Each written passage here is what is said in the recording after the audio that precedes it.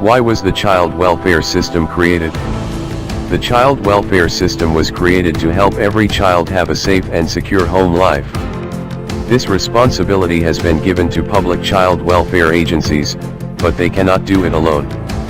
The courts, private child welfare agencies, and other service network, such as mental health, substance abuse, healthcare, education, and domestic violence, are all partners in serving children and families who come to the attention of the child welfare system. The public child welfare system is responsible for responding to reports from people in the community who think that children are being abused or neglected, helping families solve the problems that cause abuse or neglect, helping children to be safe and secure, preventing separation of children from their families, assisting families so their children can return home when children have been separated from their families to be safe, ensuring that children receive adequate care while they are away from their families, finding another suitable permanent home for children who cannot return home.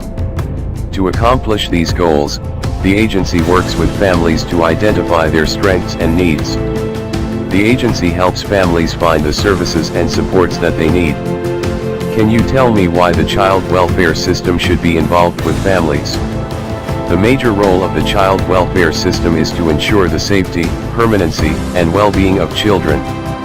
The law in most states gives the child welfare system the responsibility for responding to, and following up on reports and calls, about the safety and risk of harm to children in the community.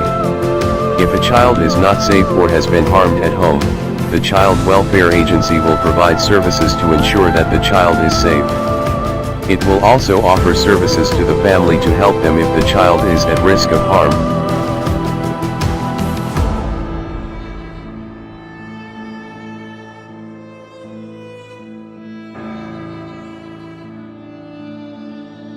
I got involved with Child Protective Services when my son had issues with his teacher for a couple of months. I tried everything I knew to make him behave, but he got into trouble almost every day. My husband intervened, feeling that I was ineffective. He began his good spanking method. The spankings became more violent and lasted longer. I stepped into the middle several times only to be told to stay out of it. I tried talking to my husband several times when he was calm, but he dismissed my concerns. One day a CPS worker appeared at my door. She explained that a report had been made regarding my son, that there were multiple bruises on his back and legs, during their interview and examination. The CPS investigation only made my husband angrier. He felt they were intruding and had no right to dictate how he should discipline his children. After numerous attempts at counseling, he spanked my son again, leaving a large bruise. CPS came and removed my child. I felt my stomach tighten and my umbilical cord pull away, as my son left our home.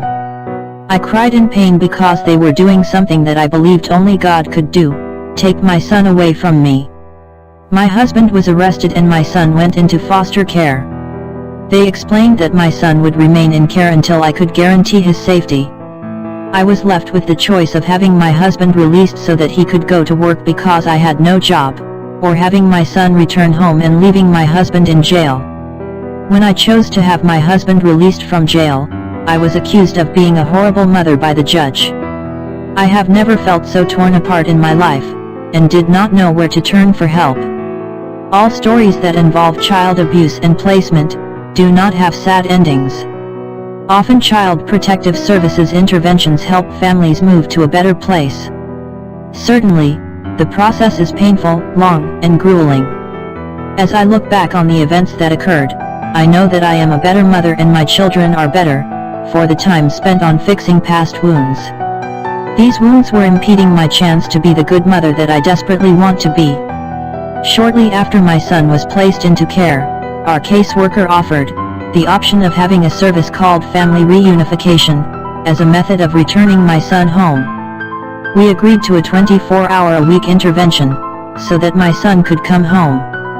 The service began with an intake meeting. The therapist and her supervisor visited our home to assess our needs. 3 years later, I had finally worked through the root of my issues, that I was a victim of incest in my own childhood, The thing that was impacting most on my ability to be an effective parent was the fact that I had not experienced good parenting myself.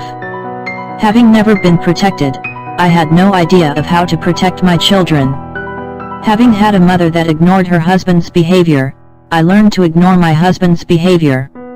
Although I certainly wished that I had not had to endure the pain and trauma that resulted from the involvement of the Child Protective Services, it did in fact help me change my behaviors and become a mother capable of protecting and nurturing my children. I was forced to reconcile my past in order to move forward to a brighter future. I had to recognize that it was not about my child's behavior, it was about my behavior and the changes I needed to make. I am better, and now they are better because of my involvement.